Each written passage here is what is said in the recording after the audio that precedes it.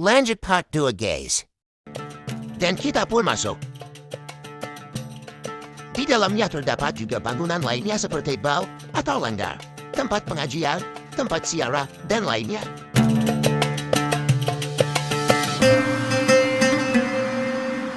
Di sini juga terdapat makam para ratu-ratu Aceh. Ada Ratu Safiatuddin, Ratu Nakiatuddin, Ratu Zakiatuddin, dan Ratu Kamiatsyah. Nah, ini adalah gedung makamnya. Di luar sini juga banyak terdapat makam. Ada makam yang batu nisannya dibungkus kain putih. Saya tidak tahu itu makam siapa. Ada yang bilang itu makam istri Syekh Syiakuala. Jadi di pikiran saya guys, ketika tsunami terjadi sekitar makam beliau seperti ada lapisan apa gitu yang gak bisa disentuh oleh air guys. Ibarat kata seperti lapisan Irandome yang tidak bisa ditembus oleh bom ya guys. Intinya itu semua kuasa Allah ya guys.